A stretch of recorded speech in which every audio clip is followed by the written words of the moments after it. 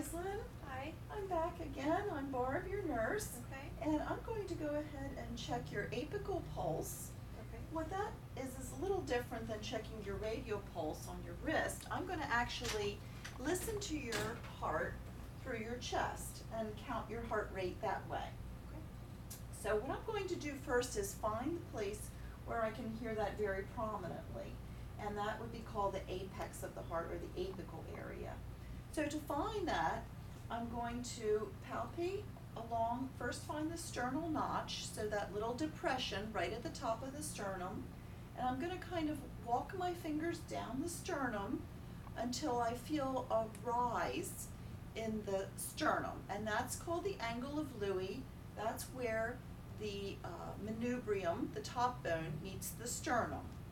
At that point, I'm going to move my fingers a little bit off to the left into the valley, or the depression that's there between the two ribs, just to the left of that angle of Louis.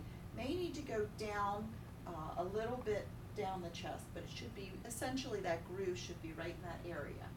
That would be the second intercostal space along the left sternal border.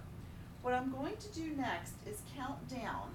I'm going to hold my finger there, go over the next rib, down to the third intercostal space, the fourth intercostal space, and then down to the fifth intercostal space, right along the left sternal border. At that point, I'm going to move, once I find that, I'm going to move laterally, or toward the left side, to the midclavicular line. So the midclavicular would be the middle of the clavicle bone.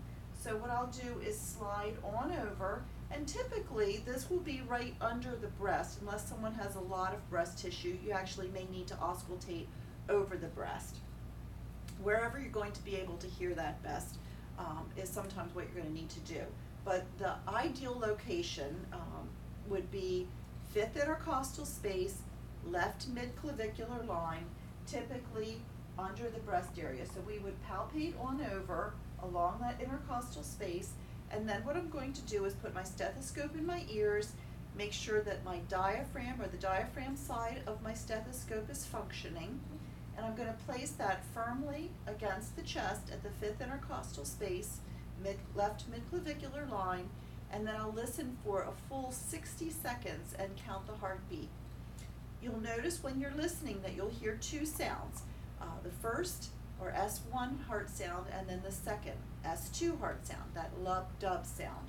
You're going to count that lub-dub as one beat. Each lub-dub is one, so it will be lub-dub 1, lub-dub 2, your second count. And again, we'll count that for a full 60 seconds. Accuracy is essential with this, and we'll note what our rate is. Normal heart rate for an adult would be somewhere in the range of 60 to 100. So that would be our expected finding. So I'm going to go ahead again, find that second intercostal space, left sternal border, palpate down to the third, fourth, fifth, slide over to the left midclavicular line, place my stethoscope.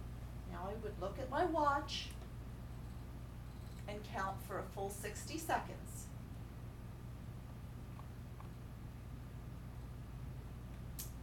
And I'm just going to move along in the interest of time.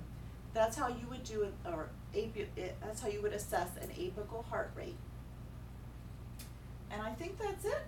The times that you would particularly use this, I'll just add, would be if someone's heart rate is irregular. It will give you a more accurate count than the radial pulse. Also, before you give cardiac medications, often the requirement is that you assess an apical heart rate, or apical pulse, and so that's how this would be performed. I think that's it. Thank you very much, Aislinn. I hope the rest of your day goes well. Thank you. Mm-hmm.